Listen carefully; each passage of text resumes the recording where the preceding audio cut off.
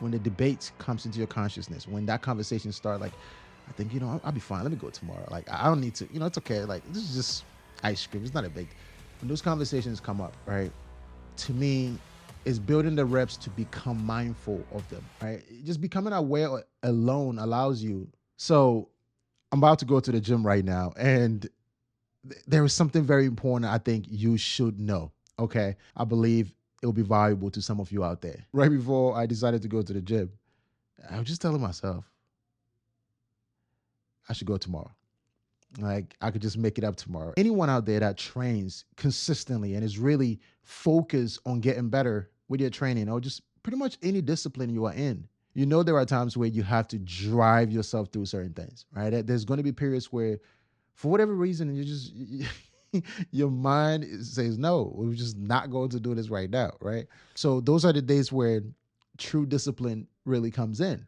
That's when you have to take the initiative and say, okay, I'm just going to find a way to get to the gym. And today is example of what I'm experiencing right now. I just wanted to get out here and talk about it, that if you feel that way, it's okay, but become mindful of it and still find a way to show up in the gym and train. Because if there is one thing I know for certain, that by the time I leave the gym, whether it's going to be 12 midnight, 1, whatever, I'm just going to feel a lot better, right? But if I decided not to go, I'm also going to feel a certain type of way tomorrow. Now, usually I tend to prefer the first one. I'm not going to go for the latter, right? So I prefer that I feel a lot better. I don't want to wake up and feel disappointed in myself because I didn't show up to do the very thing that I became mindful of doing, right? And so when these things come into your consciousness, right? Or if you have schedules and things sign up that you need to do, and I like to call these non-negotiables. Like, there are certain things that are just non-negotiables. Like, don't debate. And if you debate, like I was trying to do today, if you don't become mindful and have the resilience, you will end up just not going to train, right? And trust me, it's more important to show up and train. So whatever area of your life that you are struggling with today, or whatever day you'll be watching this is what I'll tell you. When the debate comes into your consciousness, when that conversation starts, like, I think, I'll be fine. Let me go tomorrow. Like, I don't need to, it's okay. Like, this is just ice cream. It's not a big, when those conversations come up, right? To me, is building the reps to become mindful of them, right? Just becoming aware alone allows you, first and foremost, if you can observe it, make better decisions. I'm hoping you make a better decision if you become mindful of it, right? That's the whole point of this video. If you haven't figured it out already, like, that is become mindful of the things that will stop you from executing on the priorities that eventually accumulate to get you your future desires, right? We all have goals, future aspirations, things we would like to get, but you can treat your future as a definitive thing, or you can just treat it as something random. And if you want to treat your future, with intentionality, then you got to find a way to push through some of the difficult days, because again, it's an accumulation of all these small little goals along the way that compounds, builds up to become the very thing that you see in your mind. Let me get out of here. Today, I'm training chest and shoulders. If you watch this, let me know in the comment below. What are you going to be training today? Right? It might be legs for you. It might be triceps and biceps. The bro science, whatever training you got going on. 1 billion is where we're going.